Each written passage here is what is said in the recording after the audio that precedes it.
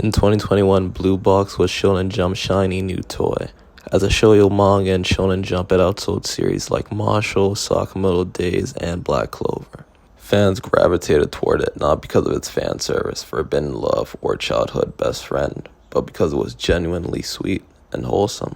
However, in 2022, readers' attention shifted to Shonen Jump's new shiny toy, Akana Banashi, another shoujo manga in Shonen Jump that's selling amazingly. And I think there's a strong argument to be made that if Ray Dragon's author wasn't on hiatus, Blue Box would kind of be the redheaded stepchild of the three.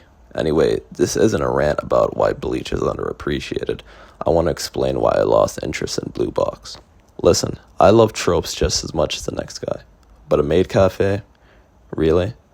The play arc was alright, I guess, but the misunderstanding was predictable and kind of lazy. Lastly, we have a female manager. How unique. I wonder who she's going to end up with. I know shoujo fans are going to be like, has he ever read a shoujo manga? But non-traditional series in Shonen Jump, I kind of hold it to a higher standard.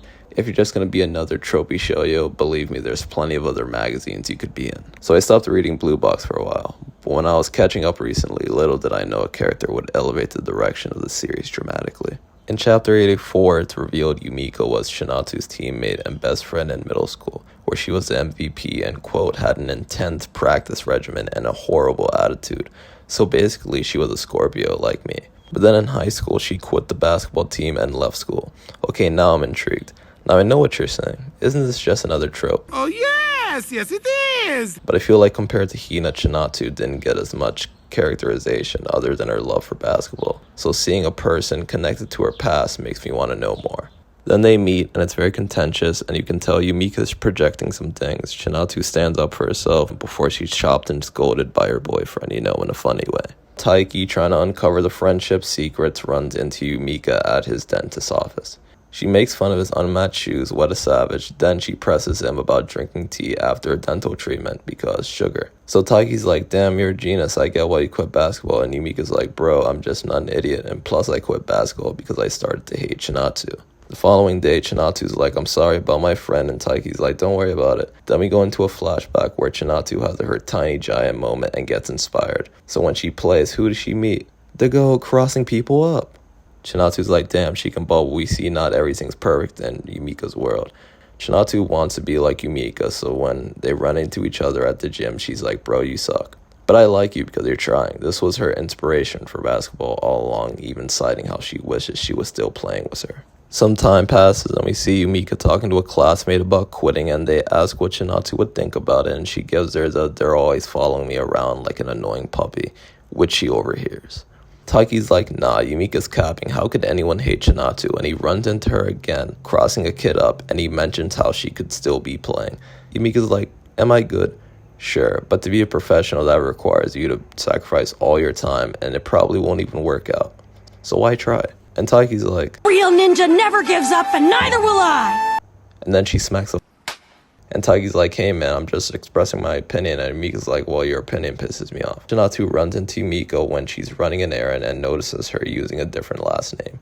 Miko reveals her parents were divorced. She understands how friends don't tell each other everything, but then Chinatsu walks away and Yumika starts thinking about when the wheels started to fall off in her basketball career, when she started noticing other players outworking her as opposed to only seeing Chinatsu. But then Yumika reveals how she couldn't show weakness to Chinatsu because she was her basketball inspiration. But when her skill eclipsed her interest in basketball, her trouble in practice resulted in disdain for Chinatsu. Yumika's surprised Chinatsu has gotten close to Taiki because she's so obsessed with basketball, but Chinatsu explains how she almost needed a replacement for her in Taiki, someone that would rival her in her goal to reaching the nationals. Her mom and dad argue at home, and she catches him with another woman on the street. Yumika decides to channel this pain and practice with her best friend who she feels she can't confide in, and ultimately she fails to meet her expectations during games. She wonders now if only she confided in Chinatsu and stayed with her, would she still be playing basketball. Taiki gives Yumika a ticket to the Winter Cup, and with some convincing from her boyfriend, she goes, cheers her on, and we see Chinatsu hit the Yumiko pose, and my heart melted there. What a moment. Chinatsu meets Yumika after the game. They apologize. It's very nice, and Yumika says they should play basketball together again. Taiki runs into Yumika for the last time, rocking the Emily Blight look, and Taiki's like, why'd you do that? And she's like, so it wouldn't get in the way when I'm playing basketball. What a badass. She tells him she ships them and returns her father's line that love is the most powerful feeling. Wow. I think I connected with Yumika so much because I'm definitely a person who bottles up a lot of what they're feeling and doesn't process it properly all the time. And I've definitely hit a wall in something that I was pursuing and quit. Originally, I was a video student and I had the most passive-aggressive relationship with my professor, and I didn't think we got along at all. She's a big part of why I changed major. So fast forward to my senior year, I invited her to the opening night for my playwright, my senior work, fully expecting her not to show up. So I'm in the green room. One of my actors is like, is that the video professor? I'm like, I haven't seen that person in a year.